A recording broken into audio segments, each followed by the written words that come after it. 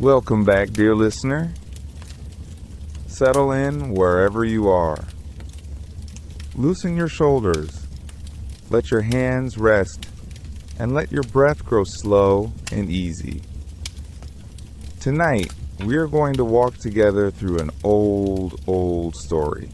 One you may have heard before in fragments, in school halls, or whispered lines. But tonight, we will take our time with it. There is no hurry. There is nowhere we need to be. The candle is lit. The fire is warm. And the city we are about to enter has been waiting patiently for nearly 700 years. Come now, and picture with me a city in the north of Italy, set in a wide, gentle bend of a slow green river. Its name is Verona. The year is somewhere near the close of the 14th century, in the long, quiet age that historians will one day call the Renaissance. The sun is just beginning to lower itself behind the western hills, and as it goes, it spills a soft, honeyed light across the rooftops, across the old red tiles, the bell towers, the worn marble of a Roman arena that has stood here since before anyone living can remember. The stones of Verona are warm to the touch this evening. They have been gathering sunlight all day, like patient old friends, and now, slowly, they are giving that warmth back to the air. Walk with me down one of the narrow streets. Hear how your footsteps echo gently against the close-leaning walls. Above you, wooden shutters are easing closed, one by one, with that small, soft, wooden sound that has meant the same thing in every century, that the day is done, that supper is being laid, that lamps are being lit behind thick walls. From an open window high above, you might catch the smell of bread still warm from a clay oven, of olive oil poured slowly over greens, of a small pot of something simmering with rosemary, and a quiet pinch of salt. Turn the corner, and you come upon a tiny cloistered garden tucked between two houses, no larger than a small parlor. Here, 2 lemon trees have been planted in great terracotta pots, and their fruit hangs in the dusk like little pale lanterns. A sparrow drinks from a stone basin. A gray cat, well-fed and unhurried, watches you pass, then closes its eyes again. Somewhere nearby, a fountain murmurs to itself in the half-dark, telling the same patient story it has been telling for 100 years. Out in the wider street, the candle vendor is closing up his stall. He is an old man with kind, tired hands, and he wraps his unsold tapers carefully in soft cloth, beeswax candles for the wealthy houses, simpler tallow ones for the workshops and the kitchens. He hums a tune that has no name, only a melody worn smooth by long use. Beside him, a young apprentice sweeps the cobbles clean with a worn straw broom. Above their heads, a swallow cuts a long, slow arc against the sky, the color of ripe apricots. This is Verona at twilight, a city of stone and shadow. A city of bells and bread and slow, deepening blue. And yet, listen now, just a little more closely, with that quiet listening you save for stories. Beneath the soft hum of the evening, beneath the closing shutters and the drowsy fountains, there is something else moving in the air of Verona. Something old. Something that the warm stones do not quite warm away. It is a feud, dear listener. A long, slow-burning quarrel between 2 great families of this city, 2 ancient houses whose names are spoken in the same breath, in the same wary tone, by every baker and weaver and notary in town. The Capulets, the Montagues. No one quite remembers anymore how it began. Some say it was an insult given at a wedding 3 generations gone. Some say it was a piece of land, or a marriage refused, or a word spoken too sharply across a market square. The reason has faded, like the colors of an old fresco. But the feud remains. It hangs in the dusty Veronese air like the scent of an old fire that no one has fully put out. Servants of the 2 houses cross paths in the narrow streets and look the other way, or, sometimes, they do not. Hands move toward the hilts of short swords. Words become harder than they need to be. The city watch shakes its head and sighs and goes home to supper. But all of that is for another moment. For now, the bells are ringing the evening hour. The lemon trees are settling into shadow. The candle vendor is going home. And we, you and I, are simply here in Verona at twilight, breathing slowly, watching the warm stones turn to violet, waiting for the first true star to show itself above the rooftops, ready to listen as the old story begins. And while we wait, the night turns slowly the way nights do in old cities, without hurry, without announcement. The stars wheel above the bell towers. The lemon leaves drink the dark. Somewhere, a baker stirs in his bed and remembers the dough that has been rising under a linen cloth since the last hour of yesterday. And so, almost without our noticing, the deep blue of the Verona sky begins to thin at one edge, becomes the color of pale honey, then of pressed apricots, then of warm milk poured into a clay bowl. Morning is coming, gently, the way all mornings in this story will come. Soft, unhurried, already a little sad, though we do not know yet why. The first sound is the soft thud of a wooden shutter being pushed open above a narrow lane. Then another. Then a third.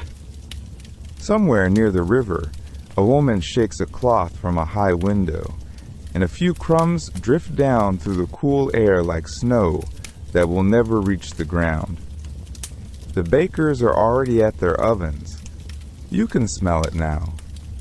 That warm, round, comforting smell of new bread, of crusts browning, of yeasty steam rising into the pale dawn. It threads through every street, finds every doorway, settles on every shoulder. In Verona, morning has a perfume, and the perfume is bread. In the great market square, the stones are still cool from the night. A man is setting out olives in shallow wooden bowls, green ones, black ones, dusky purple ones glistening with oil. He arranges them slowly, lovingly, the way a jeweler might lay out small dark gems. Beside him, a woman unfolds a striped cloth across a trestle table and begins to set down little jars of honey, each one catching the early light. There are lemons stacked in pyramids, their skins still beaded with dew. There are rounds of pale yellow cheese wrapped in vine leaves. There are bunches of rosemary, of sage, of thyme, hung from a wooden frame so that when the breeze passes through the market, the air itself becomes a kind of soft green tea. Carts arrive, one by one, with that gentle clatter wooden wheels make on old paving stones, a sound somewhere between a heartbeat and a lullaby. A boy leads a tired donkey, loaded with baskets of figs. A grandfather guides a handcart piled with brooms. A young apprentice hurries past with a leather satchel slung across his shoulder, a prayer book peeking from the flap. its cover worn smooth by years of careful hands. In the center of the square, the fountain begins its quiet music, water spilling endlessly from a stone lion's mouth into a wide round basin, where, later in the day, washerwomen will rinse their linens and children will trail their fingers and small birds will come to drink. It is into this soft, ordinary, beautiful morning that the trouble first walks. Two servants, in the blue and silver of the house of Capulet, cross the square with their swords at their hips. They are not bad men. They are young. They have eaten too little and slept too little, and they carry, without quite knowing it, an old anger that does not even belong to them, an anger handed down, like a coat that no longer fits, from fathers and grandfathers they barely remember. And then, from the other side of the square, two servants in the red and gold of the house of Montague come walking, equally young, equally tired, equally borrowing a quarrel that is older than they are. A look is exchanged. A word. A thumb, perhaps, lifted in some small, insolent gesture. A blade slips from its sheath, with a sound like a whisper that should not have been spoken. And just like that, the morning bends. The olive seller pauses with one hand still in his bowl. The woman with the honey reaches quietly for her child. A pair of pigeons rises from the cobblestones in a soft gray rush of wings. We do not need to watch the fight closely, you and I. It is brief and clumsy, and full of more noise than blood, and it ends almost as quickly as it began. Because Verona, you see, has heard this music before. The prince comes down through the streets on his white horse, and his voice, when it rises, is not a roar, but a long, weary sigh, the voice of a man who has buried too many sons of too many neighbors. He tells them, gently and firmly, that the next quarrel shall cost a life. And then he turns his horse and rides slowly home, and the market draws its breath again, and the bread, somewhere, goes on baking. Beyond the city walls, where the road softens into pale dust, and the cypresses lean together like old friends sharing a secret, the morning has already gone gentle. The quarrel in the square is only a rumor out here, carried on the breath of a passing carter, half forgotten before it reaches the next bend. Out here, the hills of Verona open into long, slow terraces of olive trees, their leaves a quiet silver green, turning together when the wind walks among them, as though the whole grove were breathing in its sleep. And it is here, between two rows of these old trees, that we find him at last.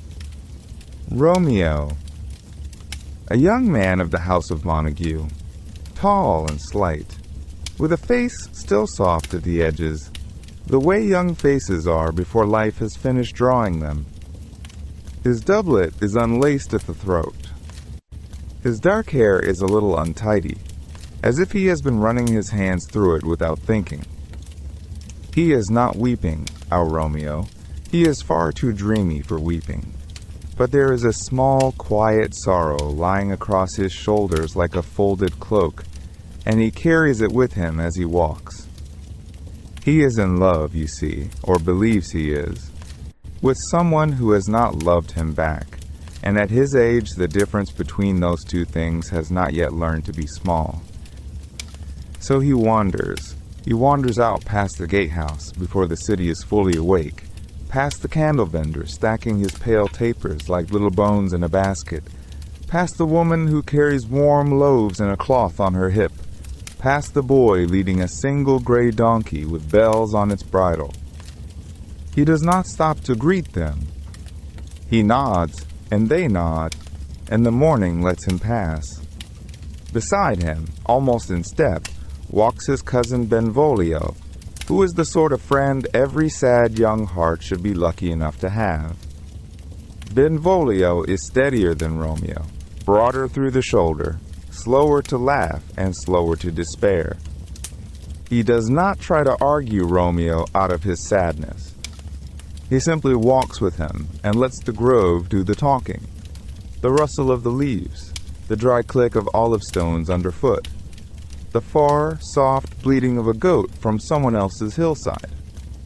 Above them, doves are at their slow Renaissance work, settling and unsettling on the red tiles of a distant farmhouse roof. A cloister wall comes into view, low and ochre and warm, and over it the dark green crowns of lemon trees lift their small bright suns. Somewhere out of sight, a monk is sweeping a courtyard with a soft, patient broom, and the sound of it is the most peaceful sound in all of Italy, the long shh of a man who has nowhere else to be.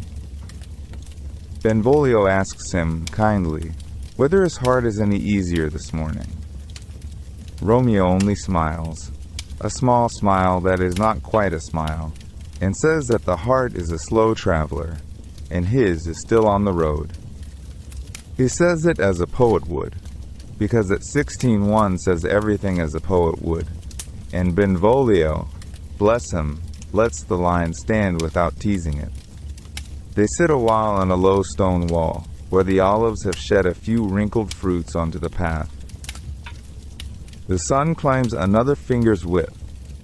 A lizard considers them, decides they are no threat, and goes back to its business of being golden on a warm rock. It is then that the news arrives in the shape of a man on foot, a Capulet serving man of all things, with a folded paper and a worried look, having been sent to find a scholar who can read it for him. Benvolio, gentle and curious, offers his help, and out comes the list, a guest list, written in a careful clerk's hand. There is to be a ball that evening at the great Capulet house. Music, masks, dancing under candlelight. All the fair young women of Verona invited to come and be admired beneath the painted ceiling. The serving man thanks them and hurries off down the dusty road, and the paper goes with him. But the news, somehow, stays. Romeo looks at Benvolio. Benvolio looks at Romeo. And in that quiet little exchange, half a shrug, half a dare, half a hope, something almost like brightness creeps back into Romeo's face. A masked ball. A dim, candlelit hall. A room full of strangers, and one of them, perhaps, with kinder eyes than the last. The olive grove sighs around them, the lemon trees nod, and the soft tug of evening, hours away yet, has already begun to pull at the hem of his sad young heart. By the time Romeo and his friends reach the gates of the Capulet Palazzo, the evening has gathered itself into something quieter and more golden, the way honey settles slowly to the bottom of a jar. Torches flicker in their iron brackets along the outer wall. Inside the courtyard, a fountain murmurs to itself, and a servant in a russet doublet waves the masked guests through, with a smile he gives to everyone equally, because tonight, beneath painted faces and feathered visors, no one is truly anyone. Romeo's mask is plain. A simple half-face of dark linen, edged in a thread of dull silver. He keeps it tied a little loosely, so it lifts when he turns his head, the way a curtain lifts in a small breeze. He follows Mercutio and Benvolio up the wide, shallow stairs, past the lemon trees and their terracotta pots, past a little girl sneaking a candied almond from a tray, past two old women whispering in the doorway about somebody's daughter, somebody's marriage. The whole house breathes warmth out into the courtyard like an oven left open a kindly crack. And then they step inside, and the great hall takes them gently in. Hundreds of candles burn here.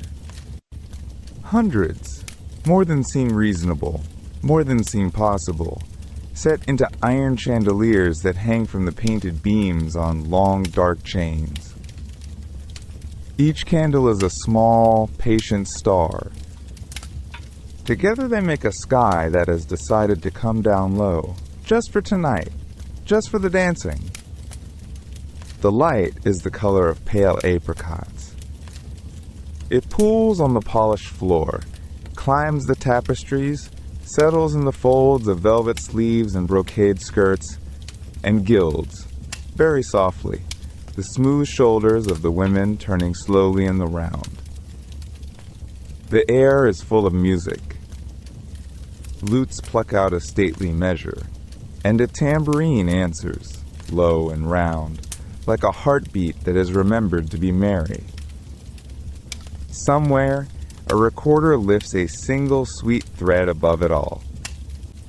The dancers move in, long, looping figures, hand to hand, palm, just barely touching palm, masks tilted toward masks, voices murmuring beneath the music. The smell of the room is warm beeswax and rosewater, and the faint, clean breath of the cypress branches set in jars by the windows. It is a smell like a chapel that has decided, for one night, to be a garden. Romeo drifts to the edge of the hall, where the light is gentlest. He leans his shoulder against the cool plaster and lets the dancing wash past him. He came here heartsore, full of names he was sure he would never stop saying. But here, in the soft chaos of candlelight and laughter, those names have begun to thin, the way mist thins on a river when the sun comes up. And then he looks up. Across the room, by a tall arched window where a candle has been set on a little marble shelf, a young woman is laughing at something her cousin has said. Her mask is white, simple, edged in tiny pearls that catch the light like dew on a fence rail. Her hair is dark, drawn back loosely, and a single curl has escaped onto her cheek. She tucks it behind her ear without looking and goes on laughing, quietly, the way someone laughs when they don't quite want the room to hear. Romeo forgets for a moment the name he came in saying. He does not move. He only looks. The candles between them seem to lean a little. They always seem to lean, candles, when something quiet is happening, and the music slows. Or perhaps it only seems to slow, the way music seems to slow when you've stopped listening to it and started listening to something else. She turns her head. She sees him seeing her.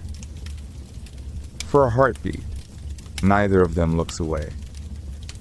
Behind her mask, her eyes are dark and steady, and a little curious, the way a child is curious about a bird that has come close to the window. He bows his head, only a little, only the smallest kindness of a bow, and she does not smile exactly, but her mouth softens, the way a hand softens when it lets go of something it had been holding too tightly. The dance carries her 2 steps to the left.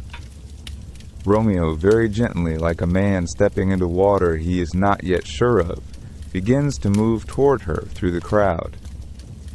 The candles burn on. The lutes go on murmuring their slow, golden round. And in the warm hush between 2 heartbeats, in a hall full of strangers, 2 people who do not yet know each other's names have begun, quietly, to know. Some hours later, when the music has thinned to a single lute and the great hall is being swept of petals and spilled wine, Romeo slips out through a side door he was never meant to find. The night air meets him like cool linen on a fevered brow. Verona above him is all soft slate and starlight, their rooftops sleeping shoulder to shoulder, and somewhere a small bell, not for prayer, only for the hour, lets fall 2 slow notes into the dark. He does not go home.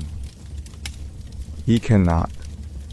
His feet, which have known these streets since boyhood, take him along a wall he has never touched before, the long, lemon-scented wall that hides the Capulet orchard.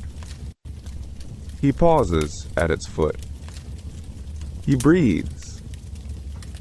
Then, with a quiet, foolish courage that only the very young and the very much in love can summon, he sets his hands to the warm stone and climbs. On the other side, the world changes. The orchard breathes around him in a hush of green. Lemon trees stand in patient rows, their fruit small and pale as captive moons. Night-blooming jasmine spills from a trellis along the inner wall, releasing its sweetness slowly, the way a kind word is offered to a tired child. A stone basin in the center of the garden holds a circle of black water, and in that water the stars have come down to bathe. There is no wind. There is only the soft, breathing dark, and Romeo standing in the middle of it, his heart so loud he is certain the whole house must hear. Then a shutter opens above him. He shrinks back into the shadow of the lemon trees. Lamplight, warm and gold and gentle, spills from a tall arched window onto the pale stones of a small balcony. And then she is there. Juliet, still in the silver pale gown of the ball, her dark hair loosened from its ribbons, leaning her forearms upon the cool railing, and looking out over the sleeping city, as though it were a poem she did not quite know how to read. She does not see him. She thinks she is alone. And so she speaks the way one only speaks when one believes oneself unheard. Slowly, softly, half to the night and half to herself, as if testing the new shape of a feeling against the silence. She speaks his name. Just that. And then, more quietly, the wondering question of why he must be who he is, why the one face her heart has chosen, out of all the faces in Verona, must wear the name of her family's old, tired enemy. A name, she murmurs to the jasmine, is only a sound. A rose would smell as sweet under any other word. He would be himself, all of himself, even if he were called nothing at all. In the dark below, Romeo closes his eyes. He is being given, without knowing how he has deserved it, the secret thoughts of the girl he loves. It is too much. It is too kind. He steps gently out of the shadow of the lemon trees and into the small, spilled lake of her lamplight, and he answers her. She gasps. She nearly flees. For a long, suspended moment, the orchard holds its breath with her, and the stars themselves seem to lean a little closer to listen. But she does not flee. She stays. And what follows, between the girl on the balcony and the boy in the garden, is not the bold rush of lovers in a story, but something softer and more uncertain. The slow, shy, half-laughing exchange of two young people learning, in the space of a single night, how to be honest. She frets that she has said too much, too soon. He swears in tender, tumbling words that he has heard nothing he did not wish to hear. She warns him that the orchard wall is high, that her kinsmen would kill him if they found him here. He answers that stone walls are nothing, that love itself has lent him its light feet. They speak of the moon, and she gently begs him not to swear by it, for the moon is changeable, and her heart wants something steadier. They speak in whispers, in pauses, in small, soft laughs that neither of them quite meant to let out. A nurse's voice calls from somewhere inside the house. Juliet leans down once, twice, 3 times, unable to say goodnight, unable to leave the railing, as if some invisible silver thread has been tied between her hand and his, and neither of them yet knows how to untie it. Above them, the wide black sky goes on quietly counting its stars. By the time the last of those good nights has faded into the hush of the orchard, the sky has already begun to think about morning. The stars do not vanish so much as soften, one by one, like candles slowly being snuffed in a long hall. A pale, milky blue gathers in the east, slow as cream poured into water, and somewhere over the Veronese hills, a single bird tries out the first uncertain note of dawn. In the lower town, behind the cloister of San Francesco, there is a small stone cell that smells of nothing in the world but green growing things and old paper. Friar Laurence is already awake. He has been awake, in truth, for the better part of an hour, the way old gardeners always seem to be, rising before the bells, before the cooks, before even the doves on the chapel roof, as if to keep the day company while it dresses. He moves through his herb beds in his rough brown robe, a flat woven basket on his arm. There is sage here, silver-leafed and faintly dusty, smelling of warm wool and wood smoke. There is rue, bitter and bright. There is rosemary in a low stone trough, and lavender just thinking about flowering, and a tangle of mint that has, as mint always does, quietly conquered its corner of the bed.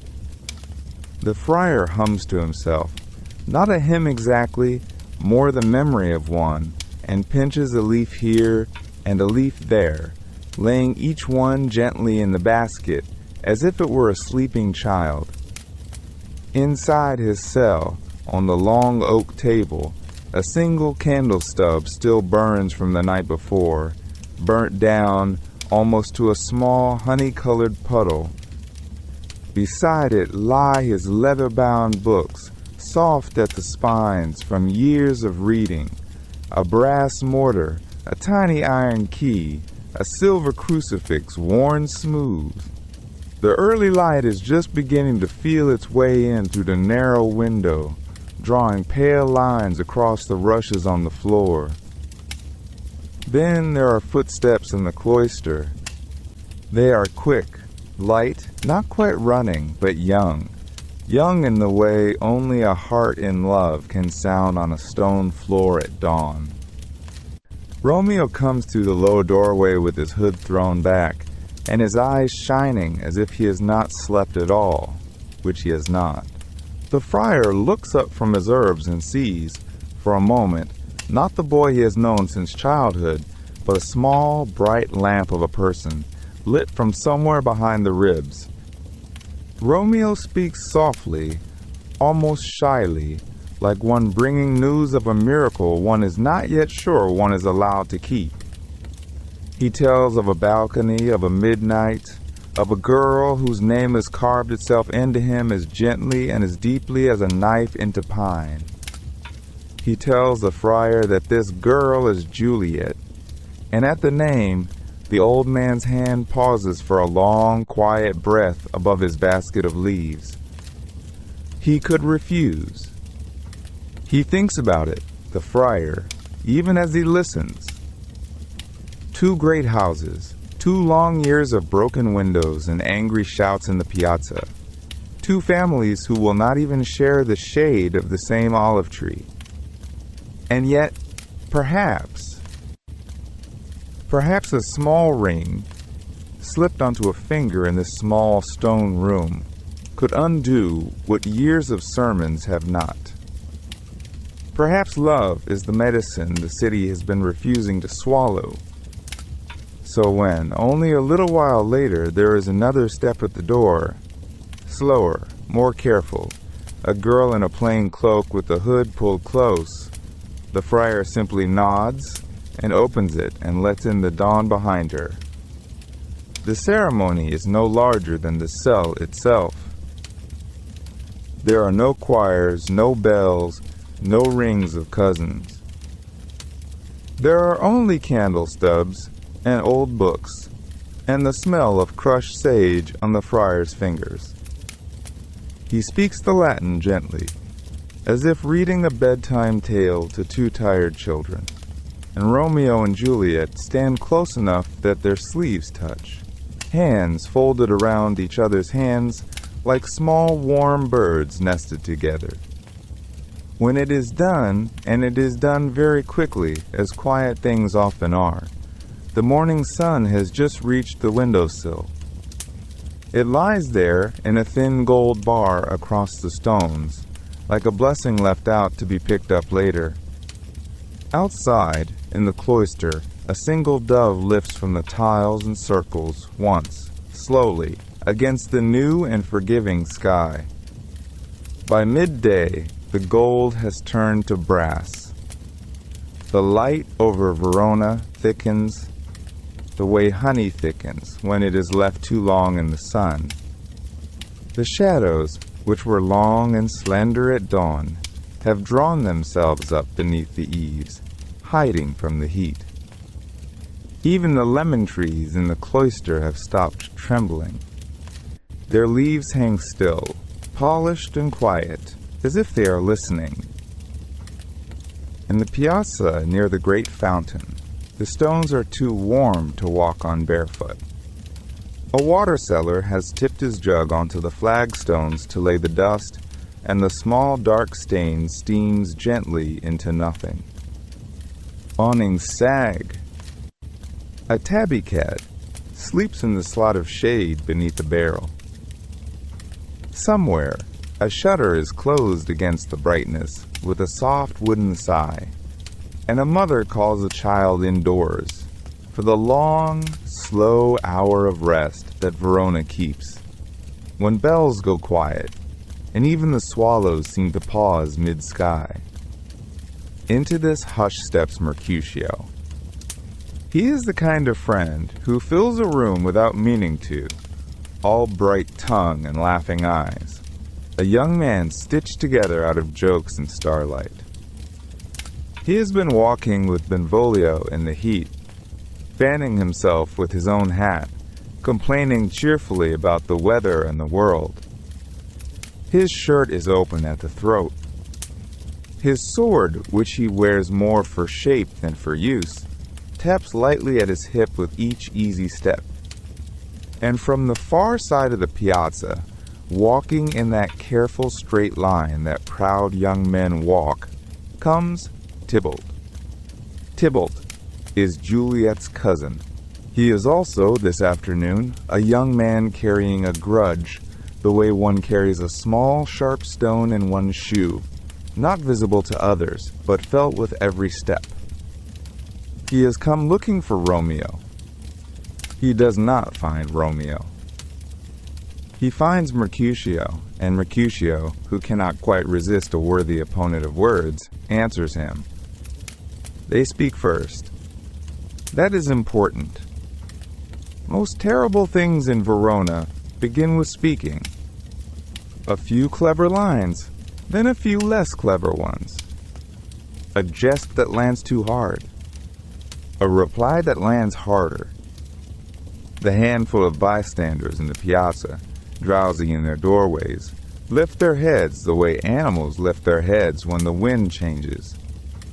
Two boys with a basket of figs stop walking. The water seller sets down his jug. Romeo arrives then, soft-footed and still glowing from his secret mourning, and tries to make peace. He speaks gently to Tybalt. He calls him cousin, though no one yet knows why. Tybalt does not understand and will not be softened, and Mercutio, watching his friend stand strangely meek beneath an insult, draws his blade in Romeo's place. Steel sounds different in summer. Sharper, somehow. Brighter. It catches the noon light and throws it back in small white flashes, as though the sun itself were striking sparks against the stones. The duel that follows is not the long, glittering thing of stories. It is short. It is a flicker. It is a thing that is over before the cat under the barrel has fully opened its eyes.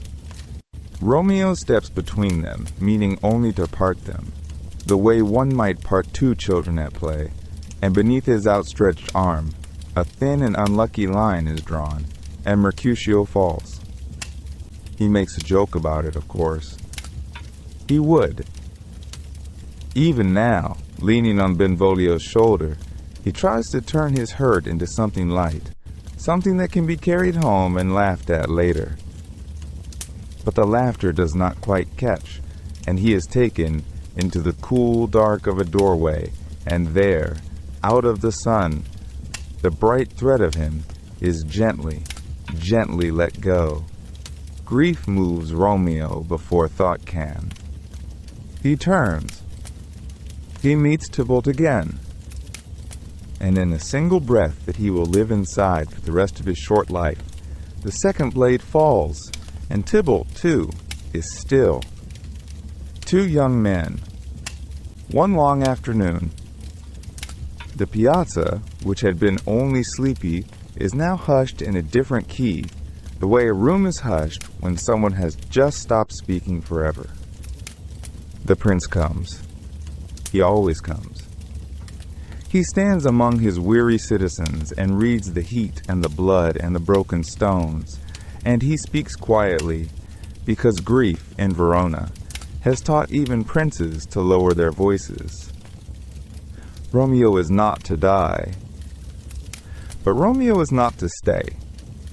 He is to be banished to Mantua, beyond the city walls, beyond the bells, beyond the lemon trees and the balcony, and the small bright room where his wife of half a morning is, even now, waiting for the evening and for him. The sun moves on across the stones, indifferent, and the long afternoon goes slowly into gold. By the time the bells of evening begin their soft, uneven, ringing across the rooftops of Verona, Romeo is already on the road. He rides slowly. There is no need to hurry now. The horse knows the way, or some way, and the dust lifts behind them in a thin, pale ribbon and settles again upon the warm stones. On either side of the road the land opens, olive groves silvered by the slanting light, low walls of dry stone, the color of old bread, a single farmhouse with its shutters half closed against the heat. A boy is driving goats home along a furrow. He does not look up. The world here has not heard of the duel, or the prince's sentence, or the small bright room with its unmade bed. The world here is only evening. Romeo rides with his cloak drawn close, though the air is still warm. Now and then he turns in the saddle and looks back, as if Verona might lift itself from the haze and follow him a little way. But the city stays where cities stay.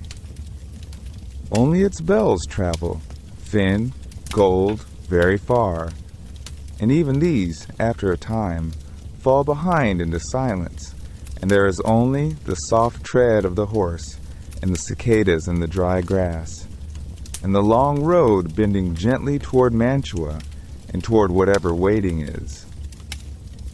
He does not weep. He is past that now.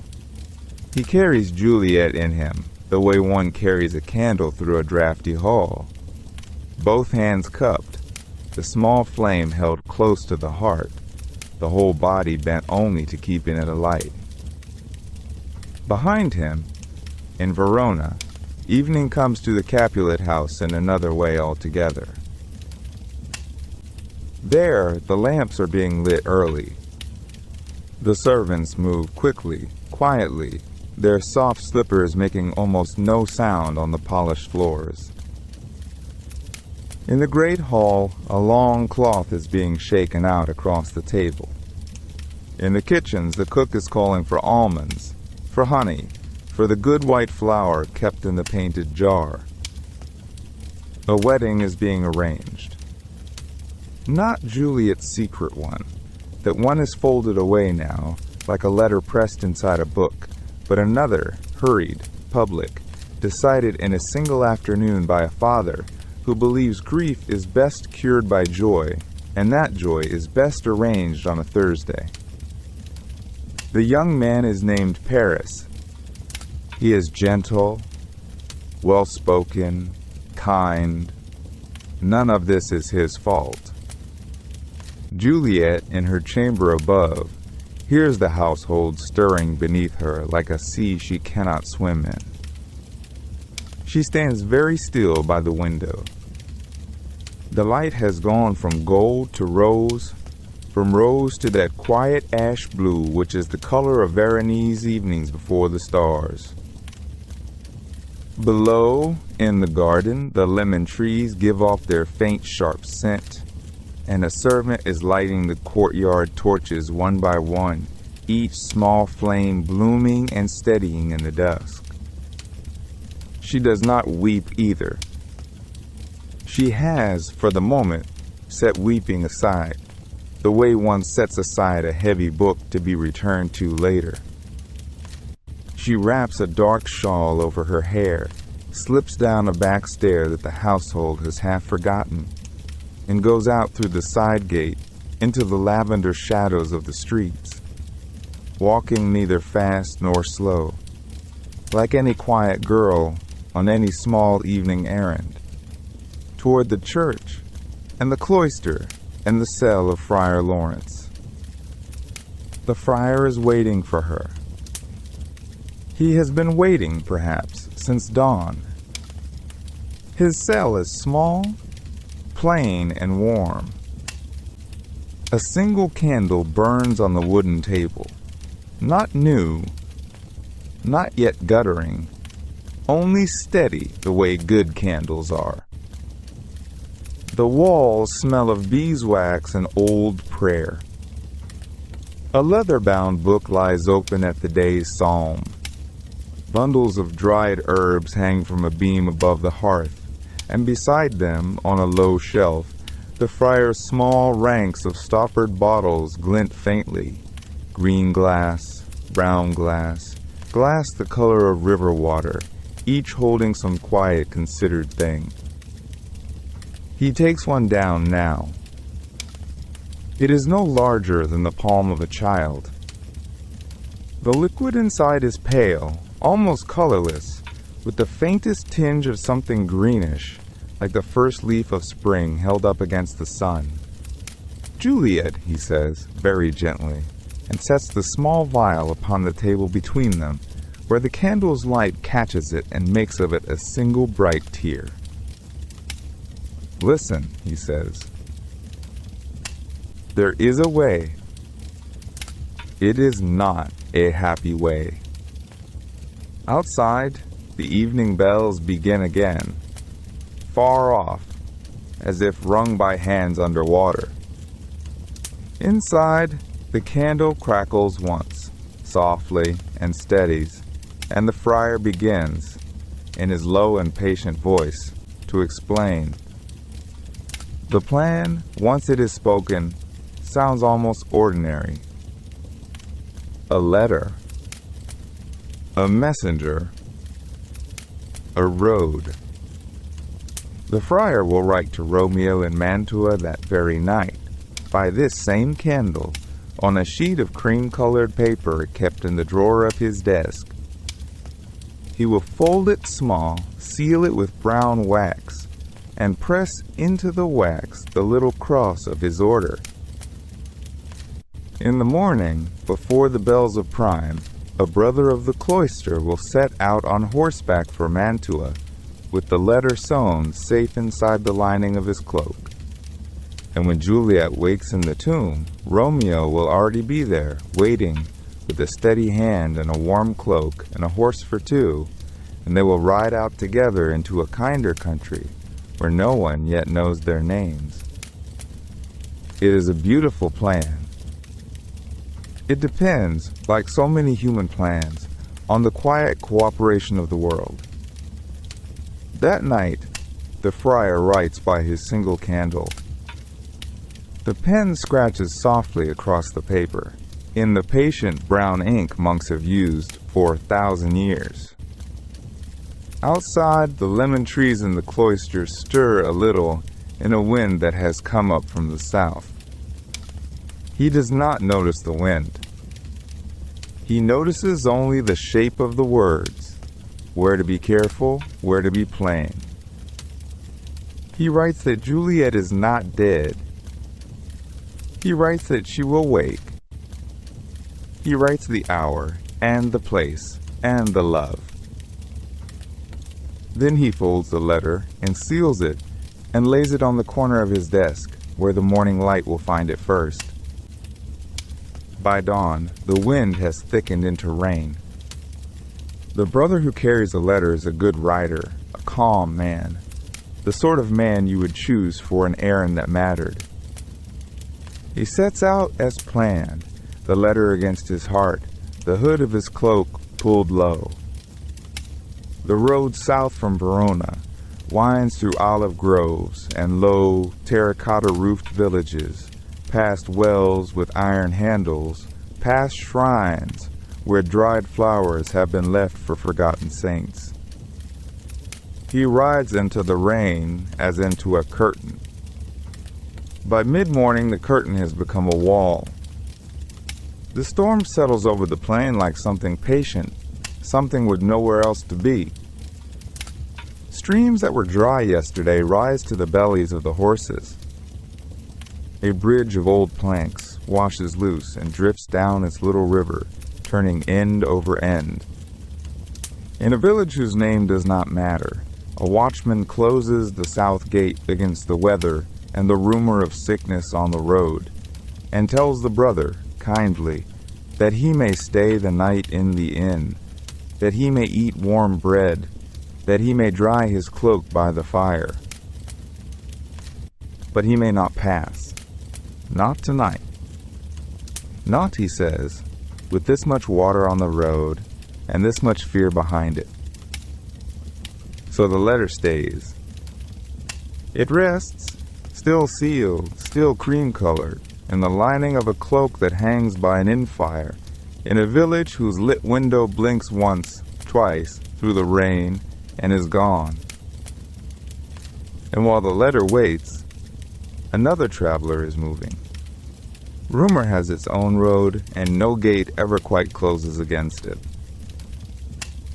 From mouth to mouth it goes, light as smoke, faster than any horseman, that the lovely Capulet girl, the one who was to be married, is dead. Dead in her bed. Dead this morning. Carried already to the tomb. The story rides south on the tongues of merchants, on the breath of carters, on the sympathetic murmurs of strangers in courtyards. It reaches Mantua before the rain does. It reaches Romeo at his window. He is standing with a cup of watered wine in his hand, looking out at a city that is not his, at roofs that are not his, when a servant comes, hat in hand, and tells him the news he has been told to tell. Romeo does not shout. He does not weep.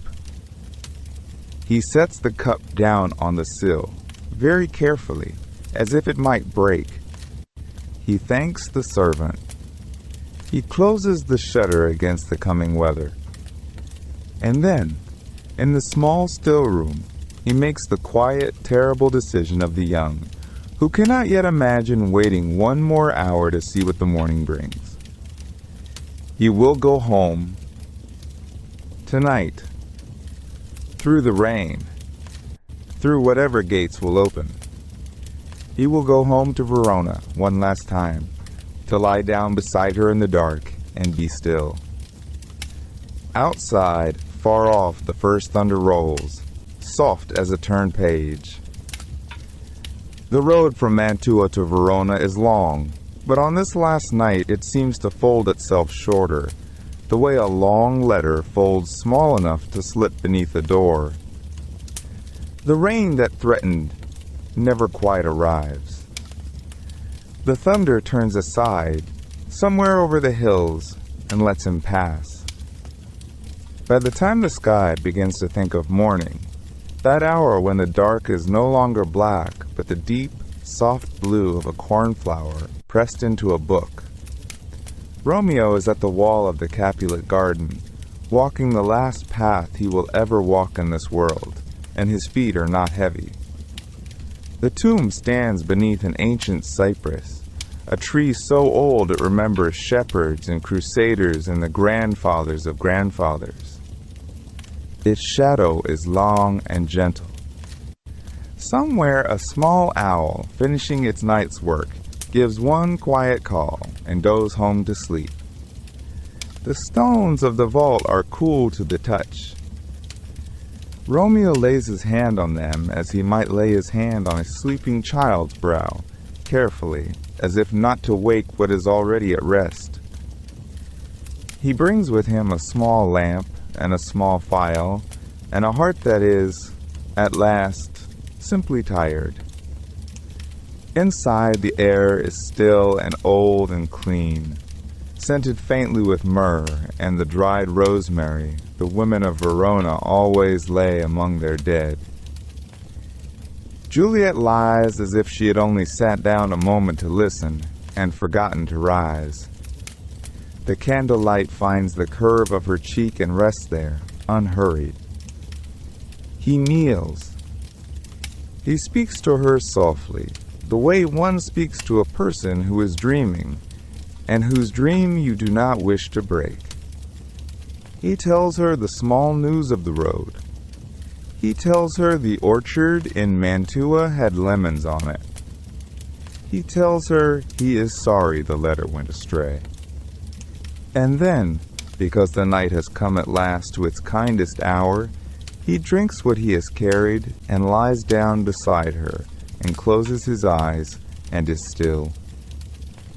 It is in this stillness that Friar Laurence arrives, breathless, the hem of his brown robe damp with dew, his lantern shaking in his hand. He sees, and he understands, and for a long moment he says nothing at all. He only stands in the doorway of the vault as a man stands at the edge of a great quiet sea. Then Juliet stirs, as those who love deeply sometimes seem to stir at the very end, and finds him there beside her, and finds, too, what she cannot leave behind.